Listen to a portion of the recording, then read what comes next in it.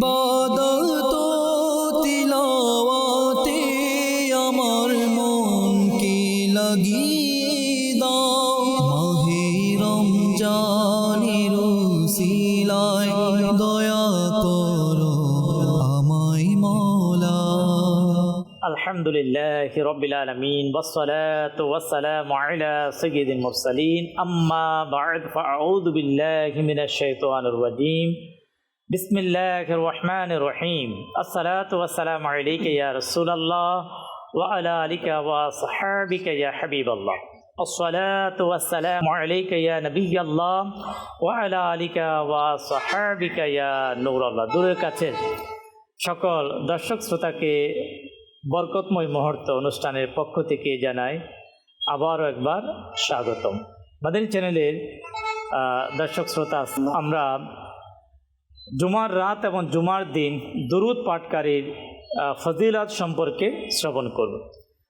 রাসূল করিম সাল্লাল্লাহু তাআলা আলাইহি ওয়াসাল্লাম এর ফরমানে আলিশান, যখন জুমার রাত এবং জুমার দিনের আগমন ঘটে, আল্লাহ পাক ফেরেশতাদেরকে নির্দেশ দেন যাতে করে স্বর্ণের কলম নেই এবং রূপার কাগজ নেই, এবং ওই সকল ব্যক্তিদের নাম যাতে করে ফেরেশতা লিখে নেয় যে সকল ব্যক্তি জুমার রাত এবং জুমার দিন রাসূল করিম সাল্লাল্লাহু তাআলা আলাইহি ওয়াসাল্লামের প্রতি দুরূদ পাঠ করে। সাল্লু আলাল হাবিব সাল্লাল্লাহু তাআলা আলা মুহাম্মদ সাল্লাল্লাহু তাআলা আলাইহি ওয়াসাল্লাম সালাতুন ওয়া সালামান আলাইকা ইয়া রাসূলুল্লাহ। হাদিসে পাকের মধ্যে এসেছে, তোমরা লাইলাতুল কদরকে রমাদানুল মুবারকের শেষ 10 দিনের বেজুত রাতে তালাশ করো। তো লাইলাতুল কদরের রাতের শ্রেষ্ঠত্ব, মর্যাদা, ফজিলত আমরা কমবেশ আলহামদুলিল্লাহ আল্লাহ পাকের দয়ে আমরা জানি। তাই আমরা ইবাদতকে শামিল করব, তাহাজ্জুদকে শামিল করব, কিছু নফল নামাজকে আমরা শামিল করব। কমপক্ষে 2 রাকাত কদরের নিয়তে আপনি নফল অবশ্যই আদায় করুন। আল্লাহ পাক আমাদেরকে প্রত্যেক বেজর রাত্রে লাইলাতুল কদরকে তালাশ করা। তো তালাশ, কোনো একটা জিনিসকে মানুষ কিভাবে তালাশ করে? জিনিস যত দামি হয় তখন তালাশ করা হয় খুব গুরুত্বপূর্ণভাবে। যদি কোনো মানুষের কোনো স্থানে একটা মূল্যবান জিনিস কি নিখোঁজ হয়ে যায়, গোল্ড হলো অথবা কোনো পাসপোর্ট, মানে খুবই কিমতি দামি জিনিস, দেখবেন তার খোঁজার সে অনেক গুরুত্বের সাথে এমনভাবে সে সেটাকে তালাশ করবে, তার ডানে বামেও অনেক সময় স্মরণ থাকবে না। লাইলাতুল কদরকে তালাশ আমরা করব। আল্লাহ পাক আমাদেরকে সেই মন মানসিকতা আল্লাহ আমাদেরকে নসিব করুক, আল্লাহ আমাদেরকে তৌফিক দান করুক। দর্শক শ্রোতা, আমরা বরকতময় মুহূর্ত এই অনুষ্ঠানে আলহামদুলিল্লাহ ইসলামিক শিষ্টাচার, মানে এক মুসলমানের ইসলামী যেটাকে তরিকা বলা হয়, মানে প্রতিটি কাজে ইসলামকে স্মরণ করা, ইসলামের আহকাম অনুযায়ী জীবনের প্রতিটি কাজ করা, এটাকে বলে ইসলামিক শিষ্টাচার। আজকের আলোচ্য বিষয় খুবই চমৎকার এক মুসলমানের জন্য, মুসলমান হিসাবে খুবই চমৎকার একটি বিষয়, আর তা হচ্ছে ইসলামিক ভ্রাতৃত্ব, যেটা যে ইসলামের দৃষ্টিকোণ থেকে আমরা অনেক মানুষকে বিভিন্ন কারণে আমরা ভালোবাসার আদান প্রদান করি। তার একটা তরিকা, একটা ইসলামের খাতিরে, ইমানের খাতিরে, আল্লাহর জন্য, প্রিয় নবীর খাতিরে যে সম্পর্ক তৈরি করা, এর মর্যাদা কেমন, কেন করব, করার প্রয়োজন আছে কিনা, এটাকে গুরুত্ব দেওয়ার প্রয়োজন আছে কিনা, ইনশাআল্লাহুল কারীম আমরা আজকে আমাদের গোলাম মোস্তফা মাদানী এবং ফজলে রাব্বি মাদানী এর মাধ্যমে ইনশাআল্লাহুল কারীম কিছু আলোচনা শুনবো। আল্লাহ পাক আমাদেরকে স্মরণ রেখে আমল করে আমাদের জীবনকে এক ইসলামী শিষ্টাচারের দর্শনের প্রতি আল্লাহ আমাদেরকে চলার আমল করার সেই তৌফিক দান করুক। সাথে আপনাদের কলকেও শামিল করব। দেরি করব না, যাব আজকের যে আলোচ্য বিষয়। শুরুতে ফজলে রাব্বি মাদানী থেকে ইনশাআল্লাহ আমাদের আজকের আলোচ্য বিষয় সম্পর্কে আমরা মনোযোগ সহকারে সওয়াবের নিয়তে ইনশাআল্লাহ শ্রবণ করব। জি হুজুর। বিসমিল্লাহির রহমানির রহিম। ধন্যবাদ ইমরান ভাই। আর আজকের যে বিষয় ইসলামী ভ্রাতৃত্ব, খুবই গুরুত্বপূর্ণ একটি বিষয় মুসলমানদের জন্য। জি। একে তো আমরা সবাই আদম আলাইহিস সালাতু ওয়াস সালামের সন্তান। যদি ওই দিক থেকে আমরা দেখি তাহলে সকল আদম সন্তান একে অপরের ভাই। কিন্তু আল্লাহ পাক কোরআন শরীফে বলেছেন যে ইন্নামাল মুমিনুনা ইখওয়াতুন, যে শুধু মুসলমানরাই মুসলমানদের ভাই। হ্যাঁ, মুসলমান মুসলমানের ভাই। ফাআসলিহু বাইনা আখাওয়াইকুম ওয়াত্তাকুল্লাহা লাআল্লাকুম তুরহামুন। জি। বলেন যে মুসলমান মুসলমানের ভাই অথবা মুসলমান মুসলমান পরস্পর ভাই ভাই ভাই ভাই। তো তোমরা কি করো, তোমরা দুইজন মুসলমানের মধ্যে মীমাংসা করে দাও। জি। অর্থাৎ যখন একজন মুসলমান আর আরেকজন মুসলমানের ভাই, তো তোমরা যখন দেখবে যে তাদের মধ্যে কোনো ঝগড়া হয়েছে অথবা যে কোনো কিছু হয়েছে, মনোমালিন্য হয়েছে, তোমরা কি করবে? মীমাংসা করে দিবে, নাকি একে অপরের মধ্যে আরো ঝগড়া বাড়িয়ে দিবে। যেগুলো আজকে দেখা যায় যে মানুষ একে অপরের সাথে ঝগড়া লাগানোর জন্য বা মানে একে অপরের বিরুদ্ধে করার জন্য আজ লেগে থাকে। অথচ আল্লাহ পাক বলেছেন যে মুসলমানদেরকে কি করবে? একে অপরের সাথে মীমাংসা করিয়ে দিবে এবং আল্লাহকে ভয় করো। ওয়াত্তাকুল্লাহ, গতকাল আমাদের যে বিষয় ছিল তাকওয়া, এখানে আল্লাহ পাক ওইটাই এনেছেন যে ওয়াত্তাকুল্লাহ, এবং আল্লাহকে ভয় করো, লাআল্লাকুম তুরহামুন, যাতে তোমাদের উপর দয়া করা হোক। যদি তোমরা আল্লাহকে ভয় করবে তাহলে তোমাদের উপর দয়া করা হবে। তো এই আয়াতের মধ্যে বোঝানো হয়েছে যে এই যে ভ্রাতৃত্বের যে একটা সম্পর্ক আল্লাহ তাআলা বলেছেন, মুসলমানদের যে ভ্রাতৃত্ব, এটা হচ্ছে সর্বোচ্চ সম্পর্ক। জি। অর্থাৎ একজন হচ্ছে আপনার রক্তের ভাই, আর এখানে বলা হয়েছে মুসলমান মুসলমান ভাই ভাই, তো এটা রক্তের ভাইয়ের চেয়েও গভীর সম্পর্ক। গভীর সম্পর্ক, ঠিক আছে। এখানে এটাই স্পষ্ট ইসলাম বলে দিয়েছে যে ইসলামিক যে সম্পর্কটা, সেটা বংশ, জাত, গোত্র, এই যে বিভিন্ন যে একটা ডিভাইড যে একটা কি রয়েছে, যে কাউকে বংশের কারণে মর্যাদা দেওয়া হয়, আর কাউকে কোনো গোত্রের কারণে মর্যাদা দেওয়া হয়, অথবা কোনো ব্যক্তির বর্ণ চেহারার কারণে আপনার যাদের আকৃতির দিক থেকে সুন্দর তাদেরকে আলাদা, অথবা কেউ যারা কালো প্রকৃতির তাদেরকে আলাদা। কিন্তু ইসলাম যে আজকে যে আমরা আলোচ্য বিষয়কে চয়ন করেছি, এটি হচ্ছে এমন একটি বিষয় যখন ইসলাম চলে আসবে, যেখানে আল্লাহ এবং তার রসুলের আনুগত্যের বিষয় চলে আসবে, তখন সে যদিও বা কালো হবে, যদিও বা বংশের দিক থেকে অনেক কিছু হবে, কিন্তু ইসলাম বলে সে আপনার কাছে অন্যদের চেয়েও প্রিয় হবে। এটাই আমাদের আজকের কি আলোচ্য বিষয়। তো দেখুন হাদিস শরীফে হযরত আব্দুল্লাহ ইবনে উমর রাদিয়াল্লাহু তাআলা আনহু থেকে বর্ণিত যে রাসূল আকরাম সাল্লাল্লাহু আলাইহি ওয়া আলিহি ওয়াসাল্লাম ইরশাদ করেছেন যে মুসলমান মুসলমানের ভাই। জি। তো সে না মুসলমানের উপর জুলুম করে আর না তাকে অপদস্থ করে। দেখেন কত সুন্দর শিক্ষা, যে একজন মুসলমান তো মুসলমানের ভাই, সে কখনো তার উপর জুলুম করতে পারে না আর তাকে অপদস্থও করতে পারে না। তারপর বলেন যে বান্দা যতক্ষণ নিজের ভাইয়ের সাহায্যের মধ্যে লেগে থাকে, নিজের ভাইয়ের সাহায্যের মধ্যে মশগুল থাকে, নিজের ভাইয়ের প্রয়োজন পূরণ করতে ব্যস্ত থাকে, তো আল্লাহ পাকও ওই ব্যক্তির প্রয়োজন পূরণ করতে থাকেন। অর্থাৎ এক হাত দিয়ে দিবেন, এক হাত দিয়ে পাবেন।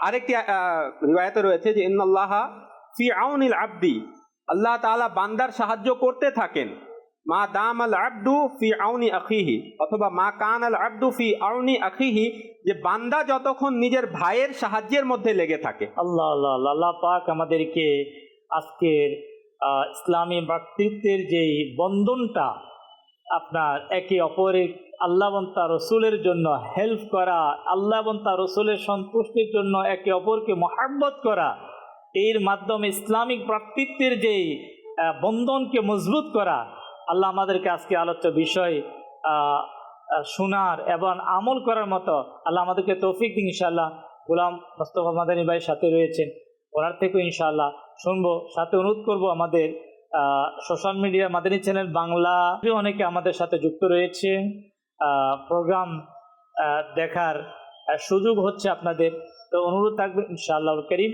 আমরা সওয়াবের নিয়তে আমাদের আজকের অনুষ্ঠানকে প্রসার করব, নেকির দাওয়াতের প্রচার হবে, ইলমে দ্বীনের প্রচার হবে, আল্লাহ এবং তার রসুলের মহাব্বতের প্রচার হবে। ইনশাআল্লাহুল করিম আমরা সওয়াবের ভাগীদার হব। এখনো পর্যন্ত এই সৌভাগ্য যাদের হয়নি, তো অনুরোধ করবো আপনি সৌভাগ্য অর্জন করুন, আমাদের প্রোগ্রামকে শেয়ার করার চেষ্টা করুন। জি হুজুর। জি আলহামদুলিল্লাহ, আজকে আমাদের যে বিষয়টি নেওয়া হয়েছে ইসলামী ভ্রাতৃত্ববোধ, তো এটা ইসলামিক দৃষ্টিকোণ থেকে খুবই চমৎকার। আর এটা থেকে আমাদের শিক্ষামূলক অসংখ্য বিষয় রয়েছে। যদি আমরা মনোযোগের সাথে শুনি তাহলে আমরা অনেকগুলো বিষয় উপলব্ধি করতে পারবো, যার মাধ্যমে আমরা আমাদের জীবনকে সুন্দরভাবে সাজাতে পারবো ইনশাআল্লাহ। আল্লাহ সুবহানাহু ওয়া তাআলা পবিত্র কোরআনুল কারীমে ইরশাদ করেন, বিসমিল্লাহির রহমানির রহিম, ইন্নাদ-দীনা ইনদাল্লাহিল ইসলাম। আল্লাহ তাআলার একমাত্র মনোনীত ধর্ম বা দিন হচ্ছে ইসলাম। আর ইসলাম আমাদেরকে শিখায় Islam is complete code of life. Islam হচ্ছে পরিপূর্ণ একটি জীবন বিধানের নাম। শুধু নামাজ, রোজা, হজ, যাকাত এই কয়েকটা বিষয় শুধু ইসলামের অংশ নয়, ইসলামের মধ্যে আমাদের সম্পূর্ণ লাইফ, আমাদের জীবনের শুরু থেকে শেষ পর্যন্ত ইসলামিক আমাদের আদর্শ শিক্ষা দেয় যে আমি কখন কি করব, কোন কাজটা করব, কোনটা ভালো কোনটা মন্দ, এই জিনিসটা আমাদেরকে ইসলামিক দৃষ্টিকোণ থেকে আমাদেরকে ইসলাম শিখায়। তো এই ব্যাপার আজকে আমাদের যেই বিষয়টা নেওয়া হয়েছে ভ্রাতৃত্ববোধ, যে সম্প্রীতি বা সৌহার্দ্যপূর্ণ আচরণ, ভালোবাসা উভয়ের মধ্যে। তো এই ব্যাপারে আজকে দেখা যায় আমাদের সমাজে যে সামান্য একটি ছোট বিষয় নিয়ে অনেক সময় বড় বিবাদের সৃষ্টি হয়ে যায়। তো দূরত্ব সৃষ্টি হয়ে যায়, ভাই ভাইয়ের মধ্যে থেকে দূরত্ব সৃষ্টি হয়ে যায়, বোন ভাই থেকে দূরত্ব সৃষ্টি হয়ে যায়। তো এইভাবে একে অপরের প্রতি এইভাবে অন্তরের মধ্যে একটা বিদ্বেষ সৃষ্টি হয়ে যায়। তো এই সমস্যা থেকে আমরা কিভাবে বাঁচতে পারবো, আজকে আমরা এই বিষয়ে ইনশাআল্লাহ আলোচনা করব। আর কোরআনুল কারীমের মধ্যে আল্লাহ সুবহানাহু ওয়া তাআলা ইরশাদ করেছেন, ওয়াতাসিমু বিহাবলিল্লাহি জামিআ ওয়ালা তাফাররাকু, যে তোমরা সবাই আল্লাহর রজ্জুকে দৃঢ়ভাবে আঁকড়ে ধরো, পরস্পর পৃথক হয়েও না। তো এই যে একটা আদেশ আল্লাহ সুবহানাহু ওয়া তাআলার, এই যে নির্দেশ যে আল্লাহ তাআলার তরিকাকে, আল্লাহ তাআলার পদ্ধতিকে যেন মজবুতের সাথে ধরা হয় এবং উভয়ের মাঝে যেন আলাদা না হয় বা পৃথক না হয়। তো ইসলাম আমাদেরকে একতাবদ্ধতা শিখায় যে আমরা একে অপরের সহযোগী হিসেবে কাজ করব।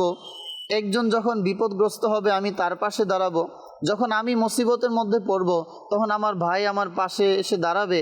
তো ইসলাম আমাদেরকে এই মহব্বত, ভালোবাসা, সম্প্রীতি জ্ঞাপন করা, সহানুভূতি জ্ঞাপন করে এটা আমাদেরকে শিখায়। আর একটি হাদিসে কারিমার মধ্যে প্রিয় নবী সাল্লাল্লাহু তাআলা আলাইহি সাল্লাম ইরশাদ করেন যে মুসলমানের পরিচয়, মুসলমানকে কিসের সাথে তুলনা করা হয়েছে।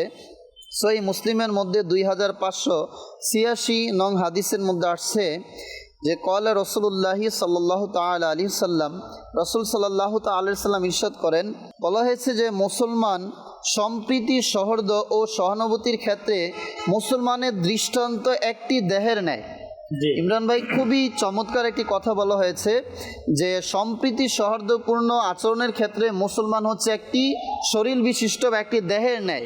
জি যদি এরপরে বলা হয়েছে যদি মানুষের শরীরের একটি অঙ্গ অসুস্থ হয়ে যায় তাহলে সম্পূর্ণ শরীরই তার ব্যথায় বা জ্বরে আক্রান্ত হয়ে যায় বা অনিদ্রার শিকার হয়। জি ঠিক তেমনিভাবে যদি আমার কোনো মুসলমান ভাই কোনো একটা বিষয়ে পেরেশানগ্রস্ত হয়, কোনো কারণে কষ্টের সম্মুখীন হয়, সে যদি মুসিবতের মধ্যে পড়ে যায়, জি। বিপদের সম্মুখীন হয়, তাহলে আমার ভাই যেমন কষ্ট পাচ্ছে ঠিক আমাকেও তেমন কষ্ট পাওয়া উচিত।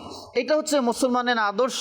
যদি আমার যদিও বা সে পৃথিবীর অন্য প্রান্তে হয়। জি, যে বলা হয়েছে যে সমস্ত মুসলমান হচ্ছে একটা শরীরের মতো, জি যে যদি আমার শরীরে কোথাও একটা আঘাত পায় যেমন সমস্ত শরীর উপলব্ধি করে, তেমনি ভাবে যদি আমার একটা মুসলমান ভাই কোনো না কোনোভাবে কষ্টের সম্মুখীন হয় বা কোনোভাবে ব্যথা অনুভব করে, কষ্ট পায়, তাহলে সেই কষ্টের ভাগিদার আমিও যেন অংশীদার হই, আমি যেন তার কষ্টে শরিক হই, তার দুঃখের মধ্যে আমি শরিক হই। তো এইভাবে মুসলমানের ব্যাপারে বলা হয়েছে এইটা হচ্ছে মুসলমানের সম্পর্ক, জি। ইত্তেহাদ, মুসলমানের মধ্যে একতাবদ্ধতা। এরপর হাদিসে কারিমার মধ্যে এটাও রয়েছে যে রসুল সাল্লাল্লাহু তাআলা ইসলাম ইরশাদ করেন, আল মুমিনু মিরআতুল মুমিন আল মুমিনু আখুল মুমিন। তো হাদিসের মধ্যে বলা হয়েছে যে এক মুমিন আরেক মুমিনের আয়না স্বরূপ। জি একটা মুসলমান একটা মুসলমানের আয়না এবং মুসলমান অপর মুসলমানের ভাই। তো আয়না স্বরূপ বলতে কি বোঝায়, যদি যে আমার এখানে যদি কোনো সমস্যা দেখা যায়, যেমন একটা আয়নার মধ্যে সামনে যদি আমি দাঁড়াই, যদি আমার চেহারার মধ্যে কোনো সমস্যা বা ফেসে কিছু দেখা যায়, তো এইভাবে আয়নার সামনে আসলে আমার এই সমস্যাটা আমি দেখতে পারি। ঠিক আমার যদি কোনো সমস্যা, কোনো মুসলমান ভাইয়ের আমার কোনো ত্রুটি যদি তার দৃষ্টিগোচর হয়, তাহলে সে আমাকে অবগত করে দাও, সংশোধন করে দাও। সুন্দর সিস্টেমে মহব্বত, ভালোবাসার, সুন্দর আচরণের মাধ্যমে যদি আমার মাধ্যমে কোনো অশালীন কোনো কার্যকলাপ প্রকাশ পায়, তাহলে সে আমাকে এইভাবে ইসলাহ করে দিবে, সংশোধন করে দিবে। মানে ভালোবাসার সাথে না নম্র ভাষায় রাগান্বিত হবে, জি জি বরং হচ্ছে যে তার যাতে করে সেই দিলে কষ্ট না পায়, তার সম্মান যাতে কি হয়, রক্ষা হয়। এখানে আমরা আমাদের গোলাম মোস্তফা মাদানী ভাই যে বিষয়টি স্থাপন করলেন, ওলামা ইকরাম মুনাফিক এবং মুমিনের যে খাসিলত, যে বৈশিষ্ট্য, যেমন মুমিনের গুণের মধ্যে এটা থাকবে যে মুসলমান যখন কষ্টে পতিত হবে তখন তার কাছে কষ্ট অনুভব হবে, সে বুঝতে পারবে, তার কাছে সে জিনিসটা কি। অনুরূপভাবে যে মুনাফিকদের একটা খাসিলত ছিল, তারা মুমিনদের সাথে ওঠা চলা ফেরা তারা করতো ঠিক, কিন্তু যখন কোনো মুমিন যখন বিপদগ্রস্ত হতো তখন তারা নিজেদের মধ্যে উপহাস করত। মানে সেটাকে নিয়ে কি আজকে আল্লাহ পাকের পানা, প্রিয় ইসলামী ভাইয়েরা, মাদানী চ্যানেলের দর্শক শ্রোতা, আজ মুসলমান, এমনও মুসলমান আমাদের সমাজে যে তার হয়তো তার সাথে একটু শত্রুতা, কোনো কারণে একটু ঝগড়া হয়েছে, অথবা তার ব্যবসার ক্ষেত্রে কখনো একটু মনোমালিন্য হয়েছে, তা এই কারণে দেখা যাচ্ছে তার ওই ব্যক্তি যদি কখনো বড় ক্ষতিগ্রস্ত হয়ে যায় তখন সে হাসতে থাকে। এই ব্যক্তি যদি কোনো প্রকারে বিপদে পড়ে যায় তখন সে খুশি হয়। কেন? আমি একজন মুসলমান, আমি নিজেকে মুমিন দাবি করি, তো মুমিনের খাসিলত তো এটাই ছিল, তার সাথে আমার ব্যক্তিগত দ্বন্দ্ব হতে পারে, ব্যক্তিগত কোনো প্রবলেম হতে পারে, সমস্যা হতে পারে, কিন্তু আমি যদি মুমিন দাবি করি, তার বিপদে আমি কিভাবে হাসবো? তার বিপদের সময় এগিয়ে যাওয়া। আমাদের গ্রামের মধ্যে এখনও আলহামদুলিল্লাহ, শহরও রয়েছে কিন্তু গ্রামে দেখা যায় যে যদি অনেক সময় ঝগড়া বিবাদ অনেক কিছু লেগেও যায়, কিন্তু যখন বড় কেউ বিপদে পড়ে যায় তখন কিন্তু সে সেদিকে খেয়াল রাখে না, সে ঝাঁপিয়ে পড়ে, তাকে বিপদ থেকে বাঁচাতে হবে, আগুন লেগে গিয়েছে তার আগুন বন্ধ করতে হবে, তুফানে তার ঘর পড়ে গিয়েছে, সে তার বিবাদের কথা ভুলে গিয়ে তার ঘরকে ওঠানোর চেষ্টা করে, এ ধরনের অনেক কিছু। এটা হচ্ছে মুমিন। দেখুন, সে তার নিজের অন্তরে যে বিদ্বেষ ছিল সেটাকে ভুলে গিয়েছে। কেন ভুলে গিয়েছে? আল্লাহ পাক তাকে সে মুমিনের খাসিলত গুণ আল্লাহ তাকে কি করেছেন, দান করেছে বিদায় সে কিন্তু তার ভাইয়ের বিপদে সে আর থাকতে পারে নাই। তাহলে আজকে আমরা আমাদের এই প্রোগ্রামের মাধ্যমে আমরা ওই সকল ভাইদেরকে বলবো যারা কোনো মুসলমান বন্ধু হোক, প্রতিবেশী হোক, আত্মীয় হোক, তাদের বিপদে, তাদের মুসিবতে, তাদের কষ্টে যারা উপহাস করে, এটা তাদের জন্য বড়ই লাঞ্ছনীয় এবং আল্লাহ পাক তাদের প্রতি নারাজ হবে। এবং এই ব্যক্তি যারা, এ ধরনের ব্যক্তি যারা, তাদের জন্য ওই দিন বেশি দূরে নয়। মোস্তফা ভাই, জি, পৃথিবীতে যারা মানুষের বিপদ দেখে হয়তো হাসি মজাক করেছে, তো এমনও ব্যক্তি রয়েছে সে পরে আমারও বিপদের মধ্যে কি, এটা হাদিসে কারিমের মধ্যে আসছে, কামা তাদিন তুদান, আল্লাহ। যেমন কর্ম তেমন তেমন ফল। ফল। আজকে আমি কারোর সাথে যেমন বিহেভ করব, আচরণ করব, ঠিক আগামীতে আমি এটার জন্য অপেক্ষা করতে হবে যে আগামীতে আমাকেও এই পর্যায়ে আসতে হবে, আসতে হবে। এই সমস্যার আমাকেও সম্মুখীন হতে হবে। আল্লাহ পাক আমাদেরকে বোঝার আজকে যে আলোচ্য বিষয় আমরা নিয়েছি, মাহে রমাদানুল মুবারকের উসিলায় আল্লাহ তুমি আমাদেরকে আল্লাহ। ইসলামী ভ্রাতৃত্ব, মুসলমানদের প্রতি দয়াবান হওয়ার আমিন। আল্লাহ তুমি আমাদেরকে তৌফিক দাও। আল্লাহুম্মা কিছু কল চালিয়ে দিন, ইনশাআল্লাহ করিম আমরা কল শামিল করব। এরপরে দর্শক শ্রোতা, আমাদের আরও অনেক আলোচনা রয়েছে, বিশেষ করে আমাদের সাহাবা, আমাদের জি, জি, বুজুর্গানে দ্বীন, আউলিয়ে কামিলিন, তারা মুসলমানের প্রতি কেমন তাদের মহব্বত ছিল। ইনশাআল্লাহ আমরা আজকের প্রোগ্রামে এমন কিছু চমৎকার আলোচনা শামিল করব, আমরা শিখতে পারবো। আর বুজুর্গানে দ্বীনের সেই শিক্ষা আমরা যখন বাস্তবায়ন করব, তখন আমরা একজন মানুষের মতো, একজন মুসলমানের মতো, একজন মমিনের মতো মমিন মুসলমান আমরা হতে পারবো। কল চালিয়ে দিন। মোহাম্মদ নরবুদা চট্টগ্রাম থেকে। আপনি আমাদের খুব ভালো লাগতেছে, আমরা টিভিতে থেকে সবসময় এখন দেখতেছি, সেই জন্য আপনাদের ধন্যবাদ। মাশাআল্লাহ, মারহাবা। দেখতে থাকুন, সঙ্গেই থাকুন আমাদের প্রোগ্রামের সাথে। জি, পরবর্তী কল। আমি বাগমারা রাজশাহী জেলা থেকে বলছি। আপনাদের এই চ্যানেলটা আমাকে খুব ভালো লাগে, আমার মা নিয়মিত দেখে এই চ্যানেলটা, আমিও দেখি। আমার জীবনে অনেকটা প্রভাব পড়েছে চ্যানেলের, ইনশাল্লাহ চেষ্টা করছি ভবিষ্যতে আরো মেনে চলার জন্য। আলহামদুলিল্লাহ, আল্লাহ পাক তৌফিক দিক। এটা অনেক বড় নিয়ামত। হয়তো কখনো আমাদের কল্পনাতেই এমন ছিল না যে চ্যানেলের মাধ্যমে মানুষের পরিবর্তন হবে, মানুষ ইলমে দ্বীন শিখবে এবং আমলমুখী হবে। শুকরিয়া আমির আহলে সুন্নাতের, শুকরিয়া দাওয়াতে ইসলামীর, আমির আহলে সুন্নাতের মতো মহান ব্যক্তিত্ব, ওলিয়ে কামিলের ওসিলায় আলহামদুলিল্লাহ দাওয়াতে ইসলামী পেয়েছি আমরা। মাদানী চ্যানেলের মতো একটি চ্যানেল আলহামদুলিল্লাহ আমরা পেয়েছি।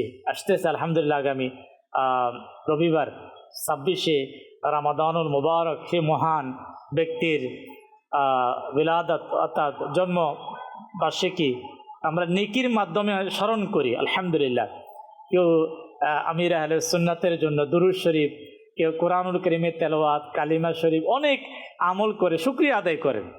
দেখেন যে যদি কেউ কারো মাধ্যমে কিছু পেয়ে থাকে, তখন কিন্তু সে কমপক্ষে তার জবান থেকে হলে শুকরিয়া আদায় করে।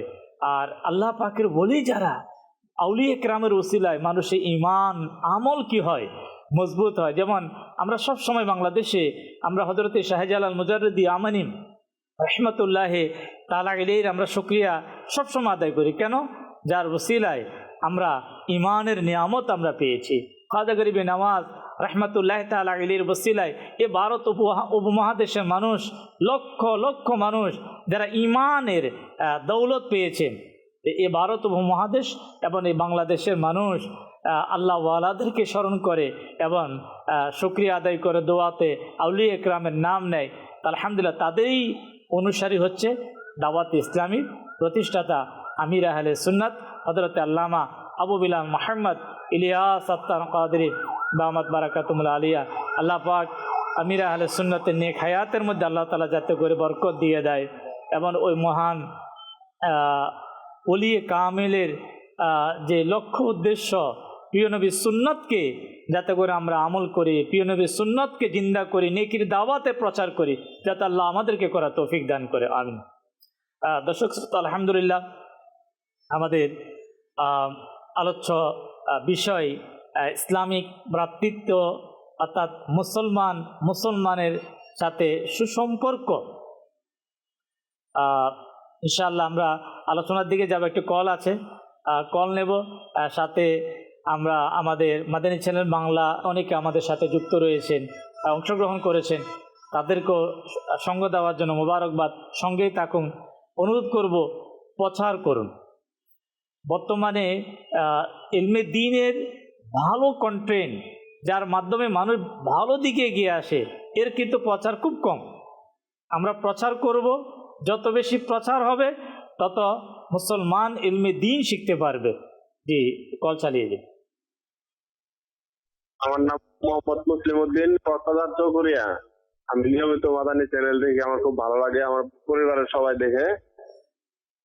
মাশাআল্লাহ, শুকরিয়া যারা আমাদেরকে আজকে কল করেছেন, কলের মাধ্যমে আমাদের অনুষ্ঠানে যারা অংশগ্রহণ করেছেন।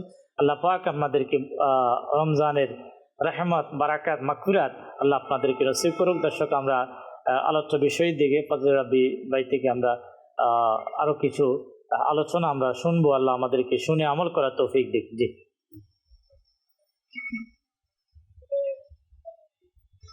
আমরা যারা মুসলমান, আমরা যদি ইলমে দ্বীন শিখতাম তাহলে আমরা বুঝতে পারতাম যে একজন মুসলমানের কত মর্যাদা রয়েছে। এটাও হাদিস শরীফে এসেছে, যার সারমর্ম হলো যে মুসলমানদের দৃষ্টান্ত হলো বিল্ডিংয়ের ন্যায়, জি, যার একটা ইট আরেকটা ইটকে মজবুত করে। সুবহানাল্লাহ, তো এখানে আমাদের যারা দুর্বল মুসলমান আছে, জি, তো যারা মানে যাদের একটু প্রভাব আছে সমাজে, বা যারা ধনী, তারাও তো নিজের দুর্বল মুসলমান, গরিব মুসলমানদেরকে মজবুত করতে পারে। অর্থাৎ এই হাদিসগুলোতে দৃষ্টান্ত দেওয়ার কারণই হচ্ছে এটা, যে উম্মাত যাতে এগুলো অধ্যয়ন করুক আর এটার উপর আমল করুক। জি, আমরা যদি এখন সাহাবায়ে কেরামদের কথা বলছিলেন, জি, তো আমরা যদি সাহাবায়ে কেরামদের ভ্রাতৃত্ব বোধের কথা বলি, জি, তাহলে দেখা যায় যে এমন আর পাওয়া যায় না ইতিহাসে, বেমিসাল, যার কোনো উদাহরণ নেই ইতিহাসে। মক্কা শরীফ থেকে যারা হিজরত করে মদিনা শরীফে গিয়েছেন, জি, তারা তো নিজেদের সকল সম্পদ, নিজেদের পরিবার পরিজন, নিজেদের জায়গা জমিন সবকিছু ছেড়ে চলে গিয়েছেন। জি, তো নবী করিম সাল্লাল্লাহু আলাইহি ওয়াসাল্লাম মদিনা শরীফের মধ্যে এই মুহাজিরদেরকে, অর্থাৎ যারা হিজরত করে গিয়েছেন জি, মদিনা শরীফে, তাদেরকে মদিনা শরীফে যারা ছিলেন মুসলমানগণ, আনসার, জি, তাদের সাথে ভ্রাতৃত্বের বন্ধনে আবদ্ধ করে দিয়েছিলেন। হযরত আনাস বিন মালিক রাদিয়াল্লাহু তাআলা আনহুর ঘরের মধ্যে 90 জন সাহাবায়ে কেরাম ছিলেন, জি, একজনকে আরেকজনের সাথে ভাই বানিয়ে দিলেন। সুবহানাল্লাহ। আর কি করলেন, যে মক্কা শরীফের মধ্যে যার যেমন স্ট্যাটাস ছিল, জি, মদিনা শরীফের মধ্যে যে সাহাবীর ওই রকম স্ট্যাটাস ছিল, ওই রকম সাহাবীর সাথেই ভ্রাতৃত্বের বন্ধন আবদ্ধ করেছেন। যেমন মক্কা শরীফে যদি কেউ কৃষক ছিল, তাহলে মদিনা শরীফের মধ্যেও কৃষকের সাথেই তার ভ্রাতৃত্বের বন্ধন করেছেন, যাতে একসাথে আন্ডারস্ট্যান্ডিংও থাকে আর চলতেও সহজ হয়। হযরতে আব্দুর রহমান ইবনে আওফ রাদিয়াল্লাহু তাআলা আনহু মক্কা শরীফের সবচেয়ে বড় ব্যবসায়ী ছিলেন, জি, কিন্তু ইসলামের জন্য, প্রিয় নবী সাল্লাল্লাহু আলাইহি সাল্লামের জন্য নিজের সকল ব্যবসা ছেড়ে মদিনা শরীফে চলে এসেছেন। অর্থাৎ এখন একদম জিরো, কিছুই নেই।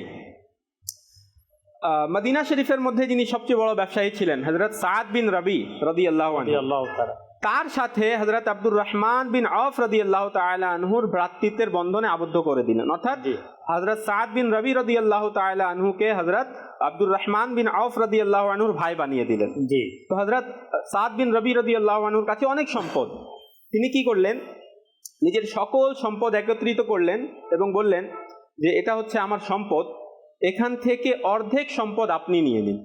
হযরত আব্দুর রহমান বিন আওফ রাদিয়াল্লাহু আনহুকে বললেন, এবং বললেন যে আমার 2 জন স্ত্রী আছে, সেখান থেকে একজন স্ত্রীকে আপনি পছন্দ করেন, যাকে পছন্দ করবেন আমি তাকে তালাক দিয়ে দিব, আপনি তাকে বিয়ে করে নেবেন। জি, মানে ভ্রাতৃত্বের কেমন ভ্রাতৃত্ব বোধ ছিল, একেবারে মানে যার কোনো উদাহরণ নেই। অর্থাৎ প্রিয় নবী সাল্লাল্লাহু আলাইহি ওয়াসাল্লাম বলে দিয়েছেন, এখন নবী করিম সাল্লাল্লাহু আলাইহি ওয়াসাল্লামের ফরমানের উপর নিজের জান মাল সব কুরবান। এখানে একটা বিষয় দর্শক শ্রোতা, সম্ভব হলো কিভাবে? সাহাবায়ে কেরামের ভীষণ মিশন ছিল লাব্বাইক ইয়া রাসূলুল্লাহ। সুবহানাল্লাহ। মানে এখানে উলামায়ে কেরাম বলেন যে সাহাবায়ে কেরাম এমন অন্ধ ছিলেন, মানে ভালোবাসায়, যেটাকে ভালোবাসায় অন্ধ বলেন, যে এত ছিল যে হুজুর সাল্লাল্লাহু তাআলা আলাইহি ওয়াসাল্লাম যা জবান মুবারক থেকে বের করতেন, সাহাবা একরাম সেটাকে লাব্বাইক বলে সেটাকে মেনে নিতেন। আর আল্লাহ পাক নবী পাকের ওসিলায় সাহাবা একরামদেরকে সেই শ্রেষ্ঠত্ব, মর্যাদা, মর্তবা দিয়েছেন। এখনও আলোচনা জিকির খায়ের সাহাবা একরামের। তারপরে কিয়ামতের আগ পর্যন্ত, কিয়ামতের ময়দান, জান্নাতের মধ্যে প্রিয় নবী সাল্লাল্লাহু তাআলা আলাইহি ওয়াসাল্লামের সবচেয়ে নৈকট্যে যারা থাকবে, উলামা ইকরাম বলেন তারা হলো সাহাবা ইকরাম। দেখেন যে আজ যে আল্লাহ রসুল এবং সাহাবা ইকরামের যে সেই প্রশান্তির যে ইসলামিক যেই বন্ধনটা সম্ভব, শুধু নিজের ব্যক্তিত্বকে থেকে বের হতে হবে যে আমি অমুক, আমার এটা, আমার ওইটা, আমার এটা না। দেখেন ইসলাম যেই যাকে যেটা দিয়েছে, আপনাকে যখন আপনার আপন চাচা, তো তার আপনার কাছে যে সম্মান দেওয়া হয়েছে আপনি তাকে সে সম্মান প্রদান করবেন। ছোট ভাই তার বড় ভাইয়ের যে ইজ্জত দেওয়া হয়েছে সেটাকে সে করবে। এভাবে মায়ের ইজ্জত দেওয়া হয়েছে, বোনের ইজ্জত দেওয়া হয়েছে, এভাবে প্রতিবেশীর একে অপরের যে ইজ্জত সম্মান দেওয়া হয়েছে, আত্মীয়তার বন্ধনের একটা ইজ্জত সম্মান দেওয়া হয়েছে। এই বিষয়গুলোকে যখন আমরা মেনটেন করব, বড় ছোটকে সম্মান করবে, ছোট স্নেহকে কি করবে, আপনার ছোটদেরকে স্নেহ করবে। মূল কারণ কি, কেন করবে? এটা আমাদের প্রিয় নবীর ফরমান, আমার নবী বলেছে। তখন এই বিষয়গুলোকে মানার মাধ্যমে, কেন এটা ইসলামের নির্দেশ, বড়দের সম্মান করতে হবে, বড়রা ছোটদেরকে স্নেহ করতে হবে। কেন করব? প্রিয় নবী সাল্লাল্লাহু তাআলা আলাইহি ওয়াসাল্লাম এর ফরমান যে আমাদের বড়দেরকে সম্মান করবে, আমাদের ছোটদের স্নেহ করবে, সে এবং আমি জান্নাতে এইভাবে থাকব। নবীজি দুটি আঙ্গুলকে কি করলেন? একত্রিত করে মিলে নিলেন। এখন প্রিয় নবীর ফরমানের দুটি লাভ, একটা হচ্ছে দুনিয়াতেও ভালো একটা সম্পর্ক তৈরি হবে, আর একটা হচ্ছে জান্নাতের সে আজিমুশান নিয়ামতও কি পাওয়া যাবে। তাই আল্লাহ পাক আমাদেরকে বোঝার মতো আমল করা তৌফিক দিক। ছোট্ট একটা ভিডিও যেটা আমরা প্রতিদিন দেখে থাকি, সেখান থেকে হালাল এবং হারাম সম্পর্কে শর্ট মেসেজ ইনশাআল্লাহ আমরা শুনবো। আল্লাহ আমাদেরকে আমল করা তৌফিক দিক। এরপরে আমরা আবার কিছু সময় আলোচনাতে আবার ফিরে যাব, চালিয়ে যাব। সাল্লু আলাল হাবিব সাল্লাল্লাহু তাআলা আলা মুহাম্মদ সাল্লাল্লাহু তাআলা আলাইহি ওয়াসাল্লাম। প্রিয় মাদানী চ্যানেলের দর্শকবৃন্দ, আল্লাহ তাআলা সূরা আল আরাফের 85 নং আয়াতে ইরশাদ করেন, যা কানজুল ঈমানের অনুবাদ, এবং মাদিয়ানবাসীদের প্রতি তাদের ভাতৃ সম্পর্ক থেকে শুআয়বকে প্রেরণ করেছি। বলল, হে আমার সম্প্রদায়, তোমরা আল্লাহর ইবাদত করো, তিনি ব্যতীত তোমাদের কোনো উপাস্য নেই। নিশ্চয়ই তোমাদের নিকট তোমাদের প্রতিপালকের নিকট থেকে সুস্পষ্ট প্রমাণ এসেছে। সুতরাং তোমরা মাপ ও ওজন পরিপূর্ণভাবে করো এবং লোকদের পণ্যসমূহ কম দিও না। আর জমিনের মধ্যে শৃঙ্খলা প্রতিষ্ঠার পর ফ্যাসাদ ছড়িও না। এটা তোমাদের জন্য কল্যাণী যদি ঈমান আনো। এর মধ্যে যারা ওজনে কম দেয়, যারা মাপে কম দেয়, যারা ভেজাল করে, তাদের ব্যাপারে বড়ই শিক্ষা রয়েছে। তাছাড়া আল্লাহ নবী সাল্লাল্লাহু আলাইহি ওয়াসাল্লাম তিরমিজি শরীফের মধ্যে ইরশাদ করেন, মাপে ও ওজনে কম দানকারীদের জন্য ধ্বংস। তো যে সকল ব্যবসায়ীগণ মাপে এবং ওজনে কম দিয়ে থাকে, তাদের শিক্ষা গ্রহণ করা উচিত, ভয় করা উচিত, যাতে এ ধরনের হারাম কাজ না হয়। কেননা এই হারাম কাজ অবশেষে জাহান্নামের দিকে নিয়ে যেতে পারে। আল্লাহ আমাদের সবাইকে এমন কর্মকাণ্ড থেকে হিফাজত থাকার তৌফিক দান করুক, আমিন। মুসলমানের ভ্রাতৃত্বের প্রতি লক্ষ্য করে এই ধরনের গর্হিত কাজ থেকে, কেন যখন মুসলমানকে মহব্বত করবে আল্লাহ এবং তার রসুলের স্বার্থে, তো সে কখনো কম দিয়ে তাকে কি করবে না, ক্ষতিগ্রস্ত করবে না। কেন মুসলমানের গুণের মধ্যে এটা থাকতে পারে না। মুসলমানের গুণের মধ্যে থাকবে যে প্রয়োজনে আমার কিছুটা একটু কম হোক, আমার ভাইয়ের কিছুটা একটু বেশি হোক, সে খুশি হবে। যদি সে খুশি হয় তো সে হয়তো আমার জন্য আল্লাহর কাছে কি করবে, আমার জন্য দোয়া করে দেবে। জি মোস্তফা ভাই। ইসলামের আদর্শ সম্পর্কে আলোচনা হচ্ছিল, মাশাআল্লাহ খুব চমৎকার আলোচনা চলছে। সাহাবে একরাম হচ্ছে আমাদের জন্য উজ্জ্বল নক্ষত্র, আমাদের পথ প্রদর্শক, আর সাহাবে একরাম হচ্ছে আমাদের আইডল। তো সাহাবে একরাম তাদের জান মাল জীবনকে উৎসর্গ করে ইসলামের কাজে প্রিয় নবী সাল্লাল্লাহু তাআলা সাল্লামের সাথে এই ভ্রাতৃত্ববোধকে তারা বুঝিয়ে রেখেছিলেন, ভ্রাতৃত্ববোধের সম্পর্ককে দৃঢ়ভাবে মজবুতের সাথে আঁকড়ে ধরেছিলেন। এক সাহাবী রাদিয়াল্লাহু তাআলা আনহু অসহায় ক্ষুধার্ত অবস্থায় রাসূল সাল্লাল্লাহু তাআলা সাল্লামের দরবারে উপস্থিত হলেন। প্রিয় নবী সাল্লাল্লাহু তাআলা সাল্লাম বললেন যে তাকে মেহমানদারি করার জন্য তোমাদের মাঝে কে আছে? জি। এক সাহাবী রাদিয়াল্লাহু তাআলা বলেন, ইয়া রাসূলুল্লাহ, আমি তাকে মেহমানদারি করার সৌভাগ্যটা আমি অর্জন করতে চাই। জি। প্রিয় নবী সাল্লাল্লাহু তাআলা সাল্লাম ওই সাহাবীর সাথে তাকে তার ভাইয়ের বাড়িতে পাঠালেন। তো তিনি বাড়িতে যাওয়ার পর তার সম্মানিত স্ত্রীকে জিজ্ঞাসা করলেন যে ঘরে খাবারের কিছু রয়েছে? তখন তার স্ত্রী মহোদয় উত্তর দিল যে সন্তানদের জন্য সামান্য পরিমাণ খাবার রয়েছে। বললো ঠিক আছে, এটাকে রেডি করে খাবার পাকিয়ে রেডি করে নিয়ে আসো। আর বাচ্চাদেরকে কি করবে, যখন তাকে খাবার উপস্থাপন করা হবে এরপর আমরা এর মধ্যে চুলার মধ্যে আগুন জ্বালিয়ে আমরা খাবারের বাহানা করবে যেন খাবার পাক হচ্ছে, যেন সে বুঝতে না পারে। তো এই যে একটা বিষয় যে তার ভাইকে সন্তুষ্ট করার জন্য, দিল খুশি করার জন্য সে ক্ষুধার্ত, তারাও ক্ষুধার্ত, সন্তানদের জন্য সামান্য পরিমাণ খাবার ছিল। এটাও ওই সাহাবী রাদিয়াল্লাহু তাআলা আনহু যিনি মেহমান হিসেবে আসলেন, ওনাকে খাবারের ব্যবস্থা করে ওনারা স্বামী স্ত্রী উভয়ই তারা কি করলেন, বাতিকে বন্ধ করে দিলেন উভয়ে, আর ওনার কাছে খাবার পেশ করলেন। তো তিনি খাচ্ছেন আর ইনি যেন মনে করে যে তারাও খাবার খাচ্ছে। এই একটা বাহানা করলেন। আর তাদের বাচ্চারা যখন খাবার রান্না করার জন্য চুলাতে আগুন জ্বালানো হলো, রান্নার যেই চুলাতে জাল দেওয়া হচ্ছে, বাচ্চারা এই খাবার হওয়ার অপেক্ষা করতে করতে ঘুমিয়ে গেল। তো এই আমলটা হুজুর আলাইহিস সালাম অত্যন্ত পছন্দ করলেন। যখন এই সাহাবী নিয়ে গেলেন অদৃশ্য সংবাদদাতা হুজুর আলাইহিস সালাম, তাকে এই সুসংবাদ শোনালেন যে তুমি গতকাল রাতে যে আচরণ করেছো, আল্লাহ তাআলা তোমার এই আচরণের প্রতি খুবই খুশি হয়েছেন, খুবই সন্তুষ্ট হয়েছেন।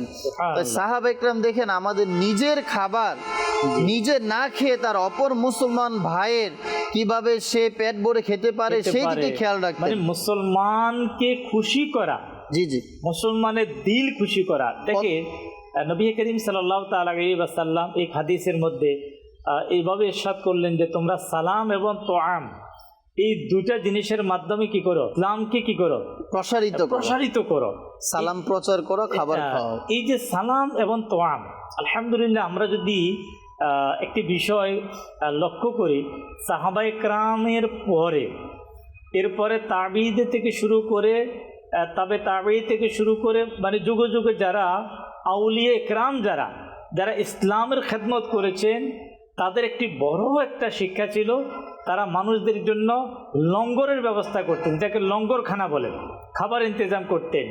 আজও আলহামদুলিল্লাহ আল্লাহ পাকের দয়ায় যারা মানুষদেরকে খানা খাওয়ায়, খাবারের ইন্তজাম করে, মেহমানদারির ইন্তজাম করে, ইফতারি মানুষদেরকে অনেকে ইফতারি পেশ করে। যখন কারো ইন্তেকাল হয় তখন এলাকার মানুষকে কি করেন, গরিব মানুষদেরকে ডেকে এনে খাবারের ব্যবস্থা করে। এরপর 4 দিন 40 দিন এই যে ব্যবস্থাপনা, এটা আউলিয়া কেরাম এই সিস্টেমটা কেন করলেন? আমাদের এই চ্যানেলের দর্শক শ্রোতা, শয়তানি অসওয়াসা থেকে আমাদেরকে বেরিয়ে আসতে হবে যে এটা কি হাদিসে আছে কিনা, এটা কোন হাদিসে আছে। আফসোস, বড়ই আফসোস, এই একটা হাদিসে তো যথেষ্ট যে হুজুর সাল্লাল্লাহু তাআলা আলাইহি ওয়াসাল্লাম যে খাবার খাওয়ানোর জন্য বলেছেন, আর আল্লাহর ওলিরা এটাকে জিন্দা রাখার জন্য, এটাকে সতেজ রাখার জন্য এমন একটা পদ্ধতি তৈরি করেছেন যে পদ্ধতি কিয়ামত পর্যন্ত চলতে থাকবে। এটা তো আল্লাহর ওলিরা আমাদের প্রতি ইহসান করেছে যে 3 দিনে পরে খাবার বলেন, 4 দিনে বলে খাবার। এরপরে রজব মাস যখন আসে 1 তারিখ থেকে 6 তারিখ খাজা গরিবে নামাজ রহমতুল্লাহ তাআলা গেলে যে ফাতিহা হয়, এই ফাতিহার ওসিলায় হাজার হাজার লাখ লাখ মানুষ পুরা ভারত উপমহাদেশে তাবারুকের কি করেন, ইন্তজাম করেন। হুজুর গাউসে পাক রহমতুল্লাহ তালাগিলের 11 শরীফের যে 11 তারিখে, সেখানে আপনি দেখবেন শুধু আমাদের বাংলাদেশ নয়, পৃথিবীর অসংখ্য দেশে আপনার সওয়াব ফাতিহা করা হয় আল্লাহর ওলির স্মরণে, কিন্তু খাবারটা খাওয়ানো হয় মানুষদেরকে। আচ্ছা, এর মাধ্যমে কি হয়? এর মাধ্যমে কিন্তু একটা ভালোবাসা, একটা মহব্বত, ভ্রাতৃত্ব সৃষ্টি হয়। কিন্তু এই কাজটা শুরু করেছেন কে? সাহাবা ইকরাম। সাহাবা ইকরামের মধ্যে যে আপনার একে অপরকে মেহমানদারি খাওয়ানো। তাই দর্শক শ্রোতা বলবো যে অনেকেই আপনার কোন আত্মীয় যখন মারা যাবে, তো কেউ এসে আপনাকে একটা পরামর্শ দিবে, আর ওই পরামর্শটা হচ্ছে আউলিয়া ইকরামের আল্লাহর ওলিদের তরিকা বিরোধী। বলে সেটা কি? বলে কেন খাবার দাবার এগুলা না করে একটা কাজ করা যায়, যা কিছু আপনার করতে চাচ্ছেন, পাশে মাদ্রাসা আছে, মাদ্রাসায় দিয়ে দেন। কেন? মাদ্রাসায় দিলে খাবার হবে, কিন্তু যারা সাধারণ মানুষ অবশ্যই আপনি মাদ্রাসাতে দিবেন, আলিম ওলামাদেরকে খাওয়াবেন, মাদ্রাসার ছাত্রদেরকে খাওয়াবেন, কিন্তু এই যে এলাকার যে মানুষগুলো স্বজনপ্রীতি, এই যে একটা মানে সামাজিক যে সম্প্রীতি, যেটা গতকালকে আমাদের আলোচ্য বিষয় ছিল, যে এই এলাকার মানুষ একত্রিত হয়, বিশেষ করে যারা একটু দুর্বল, যারা আর্থিকভাবে যারা দুর্বল, দেখবেন এই দাওয়াতের ওসিলায় তাদের কিন্তু মাসে 2-4 মাসে কয়েকবার একটু ভালো খাবার কি হয়।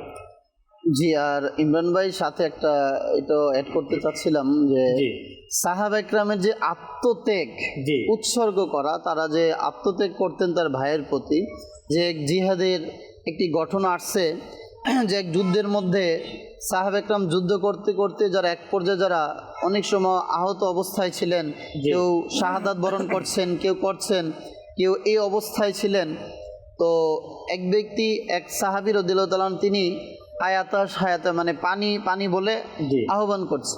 তো এই একজন সাহাবী কি করলেন, তার মুখের নিকটে পানি নিয়ে আসলেন, দৌড়ে পানি নিয়ে আসলেন। তো পানি নিয়ে আসার পর তিনি এই পানি পান করবে, মুখে দিয়ে এই মুহূর্তে তিনি শুনতে পেলেন যে তার আরেক ভাই বলতেছে হায় পানি।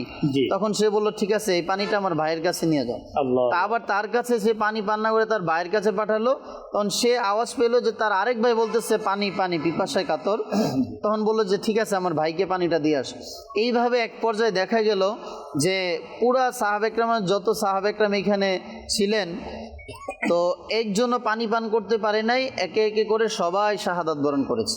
আল্লাহ, ওই পানি মতান্তর এমন এসেছে যে প্রথম ব্যক্তির কাছে এসে কি আপনার যখন এসে পৌঁছলো, দেখা যাচ্ছে যে উনিও কি করলেন, শাহাদাত বরণ করলেন। এই যে পানি, মানুষদেরকে পানি পান করানো, এই যে সাহাবা ইকরামের রীতিনীতি, প্রায় আমার আলোচনা প্রায় আল্লাহর ওলিদের দিকে চলে যাচ্ছে। পৃথিবীতে এখনও দর্শক শ্রোতা, যদি আপনি আউলিয়া ইকরামকে ভালোবেসে থাকেন, আপনি গিয়ে একটু দেখুন, যেখানে আল্লাহর ওলিগণ সাহিত্য, সেখানে দেখবেন অনেক বড় কূপ, বিশাল বড় কূপের সেখানে ব্যবস্থা কেন করেছিলেন? তারা যেখানে আল্লাহর ওলিরা অবস্থান করেছেন সেখানে মানুষের জন্য পানির ব্যবস্থা করতে, মানুষের জন্য সেখানে খাদ্যের ব্যবস্থা করতে। কারণ এটা ইসলামের একটা অনেক বড় উত্তম। আজও আপনি দেখুন পৃথিবীর আনাচে কানাচে যত আউলিয়া ইকরাম রয়েছেন, আল্লাহ পাকের ওলি রয়েছেন, সেখানে অসংখ্য মানুষ বিভিন্ন সময় জিয়ারত করেন। অনেকে একটু হতদরিদ্র, অনেকে সাধারণ মানুষ সেখানে বসে থাকে, কিন্তু দেখা যাচ্ছে যে সেখানে খাবারের চলতেই থাকে, খাবারের ব্যবস্থা কি হতেই থাকে। তাই কখনো যে কোনো অনুষ্ঠান, কোনো আল্লাহর ওলির স্মরণে অথবা এই সকল ইসলামিক কাজে খাবার করা যাবে না, খাবারের আয়োজন করা যাবে না। তো ওই জিনিসগুলা যারা করে থাকে, বলে থাকে, তারা আল্লাহ পাকের ওলি যারা, তারা তাদের অনুসরণের বাহিরে। সাহাবা আউলিয়া ইকরাম তারা এই কাজ করছেন। বরঞ্চ আপনার এই আউলিয়া ইকরামের কিতাবের মধ্যে এসেছে, বিশেষ করে জালালউদ্দিন সুয়ুতী রহমতুল্লাহ তাআলা আলাইহি সম্ভবত একটা কিতাব আল হাবিল ফতোয়া, এই ধরনের একটি কিতাব হবে। সেখানে লেখা আছে, যখন কোনো মৃত ব্যক্তি সাহাবা ইকরামের যুগে যদি কোনো ব্যক্তির ইন্তেকাল হতো, তখন ওই ব্যক্তির ইন্তেকালকে কেন্দ্র করে সাহাবা ইকরাম 7 দিন খাবার খাওয়াইতেন। আসলে এখনকার হয়তো মানুষের আগ্রহ কম, আবার তৌফিক কম কম করে থাকে, কেউ একদিন, কেউ 3 দিন, কিন্তু সাহাবা একরাম কতদিন আহার করিয়েছেন? 7 দিন পর্যন্ত। তাই সাহাবা একরামের, আউলিয়া একরামের আমলের মধ্যে আছে। আল্লাহ পাক আমাদেরকে করা তৌফিক দিক কেন করব? আমাদের যে আজকের বিষয়, এর মাধ্যমে ইসলামিক ভ্রাতৃত্ব আমাদের তৈরি হবে, মজবুত হবে। আর যখন মুসলমান মুসলমানকে ভালোবাসে, তখন আল্লাহ পাক তাদের প্রতি দয়া করে। আল্লাহ পাকের দয়া পাওয়ার জন্য আমরা করব। যেমন আমি যদি দাওয়াতি ইসলামী সম্পর্কে বলি, আলহামদুলিল্লাহ আল্লাহ পাকের দয়ায় যে খাবারের যে ইন্তজাম, তাবারুকের যে ইন্তজাম, এমন কোনো অনুষ্ঠান নেই যেখানে কিছু না কিছু ইন্তজাম হয় না, ইন্তজাম করা হয়। ইতিকাফ আমাদের যেমন চলমান এখন বর্তমানে আলহামদুলিল্লাহ পুরো পৃথিবীতে, সেখানে ইতিকাফকারীদেরকে হাজার হাজার স্থানে 1 মাস এবং 10 দিন মিলিয়ে আমরা যদি হিসাব করি, হাজার হাজার স্থানে লাখো মুসলমান ইতিকাফ করছে। সেখানে আলহামদুলিল্লাহ দাওয়াতে ইসলামীকে যারা মহব্বত করে, যারা ভালোবাসে, তাদেরকে মেহমানদারি করে যাচ্ছে। এটি কেন? একটা মুসলমানের প্রতি মুসলমানের মহব্বত, যে আমি ইতিকাফ করতে পারছি না, আমার ভাইয়েরা তারা ইতিকাফ করছে, তা আমি তাদেরকে ইফতার করাবো, তাদেরকে আমি সাহারি করাবো। তো এই জিনিসটা, এর মাধ্যমে কি হচ্ছে? একটা মহব্বত সৃষ্টি হচ্ছে। আচ্ছা, যখন কোনো মুসলমানকে আল্লাহ রসুলের জন্য ভালোবাসে, তখন কিন্তু সে তার গীবত করে না, তার হিংসা করে না, তার প্রতি একটা অহংকার প্রদর্শন করে না, তার মাল আত্মসাৎ করবে না। কারণ ভালোবাসা যখন হয়ে যায়, তখন সে ক্ষতি করবে কিভাবে? কখনো সম্ভব নয়। আল্লাহ আমাদেরকে তৌফিক দিক। সময় কম। জি, আনসার সাহাবীদের কথা চলছিল। গোলাম মুস্তাফা ভাই একটি অনেক সুন্দর ঘটনা বললেন। তো তারা আত্মত্যাগের এমন পর্যায়ে পৌঁছে গিয়েছিলেন যে আল্লাহ পাক কোরআনে আয়াত নাজিল করে দিয়েছেন, ওয়ায়ুফিরুনা আলা আনফুসিহিম ওয়ালাউ কানা বিহিম খাসাসা। বললেন যে তারা নিজেদের উপর অন্যদেরকে প্রাধান্য দেয়। তারা দ্বারা উদ্দেশ্য হচ্ছে আনসাররা, নিজেদের উপর মুহাজিরদেরকে প্রাধান্য দেয়।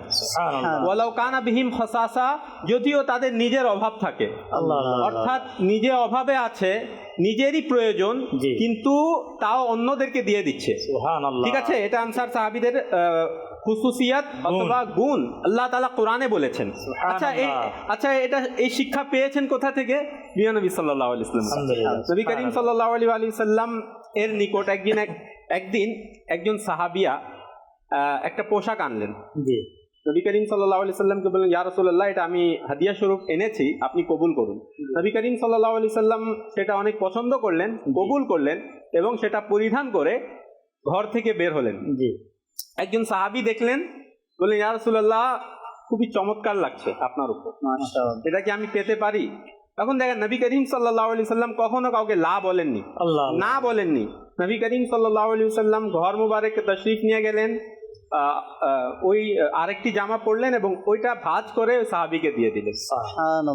অন্যান্যরা ওই সাহাবীকে একটু তিরস্কার করলেন যে আপনি জানেন যে হুজুর থেকে, হুজুরের এটা প্রয়োজনও ছিল, আর হুজুর থেকে কেউ চাইলে হুজুর না করবেনই না, তারপরে আপনি চাইলেন। তো সাহাবী বললেন, আমি এমনি চাইনি। আমি কেন চেয়েছি? আমি এই জন্য চেয়েছি যে হুজুর সাল্লাল্লাহু আলাইহি ওয়াসাল্লামের শরীর মুবারক থেকে এই কাপড় লেগে গিয়েছে, আর আমি চাই যে আমি আমার কাফনে এই কাপড় ব্যবহার করি, ঠিক আছে, বরকত নেওয়ার জন্য। তো এক তো এখানে সাহাবীর ইশকে রাসূল দেখা যাচ্ছে। দ্বিতীয়ত নবী করিম সাল্লাল্লাহু আলাইহি ওয়াসাল্লাম নিজের আমল দ্বারা নিজের সাহাবীদেরকে শিক্ষা দিয়েছেন যে এইভাবে মুসলমানদের খিদমত করতে হবে, যাতে মুসলমানের দিল খুশি হয়। সে কতটুকু সাহাবী রাসূল কতটুকু খুশি হয়েছে। এটার সাথে আরেকটা ঘটনা আসছে। একদা মা আয়েশা সিদ্দিকা রাদিয়াল্লাহু তাআলা আনহা, তিনি রোজা রেখেছিলেন। তো ইফতারের পূর্ব মুহূর্তে ঘরে ইফতারির জন্য একটা রুটি ছিল। তো একটা রুটি, তো একজন ভিখারি এসে বললো যে আমি ক্ষুধার্ত, আমাকে কিছু খাবার দিন। ইফতারের পূর্ব মুহূর্ত, তখন খাদেমাকে বলল এই রুটিটি তাকে দিয়ে দাও। দিয়ে দাও। তখন বললো, ঘরে তো আপনার ইফতারি করার মতো আর কিছুই নাই, এই রুটি ছাড়া কিছু নেই, তো তুমি দিয়ে দাও। দেখেন রাসূল সাল্লাল্লাহু তাআলা সাল্লামের আদর্শ, তার আহল পরিবার পরিজন, আল্লাহ আল্লাহ। এবং এটার পাশাপাশি মা ফাতেমাতুজ জাহরা রাদিয়াল্লাহু তাআলার একটা ঘটনা আসছে যে একদা হাসান হোসেন রাদিয়াল্লাহু তাআলা অসুস্থ ছিলেন কিছুদিন। তো মা ফাতেমাতুজ জাহরা রাদিয়াল্লাহু তাআলা নিয়ত করলেন যে যদি তারা সুস্থ হয়ে যায় আমি রোজা রাখবো, মান্নত করলেন। তো রোজা রাখলেন 3 দিন, 3টা রোজা রাখার মান্নত করলেন। তো প্রথম দিন রোজা রেখেছে, ইফতারের পূর্ব মুহূর্তে এক ভিখারি অভাবগ্রস্ত এসে কিছু চাইলো, ইফতারের জন্য যা ছিল ওনারা যেটা ইফতারি করবে সেই জিনিসটা এসে দিয়ে দিল। সেম দ্বিতীয় দিন আবার এক অভাবী ব্যক্তি আসলো, বললো যে আমাকে কিছু দান করুন। সেদিনও যে ইফতারি যা কিছু ছিল দ্বিতীয় দিনও দান করে দিলেন। তৃতীয় দিন ইফতারির জন্য আসে, এর পূর্ব মুহূর্তে আরেকজন অভাবী এরকম ব্যক্তি এসে বললো যে আমি খুব অভাবগ্রস্ত, আমাকে কিছু সাহায্য করুন, আমাকে কিছু দান করুন।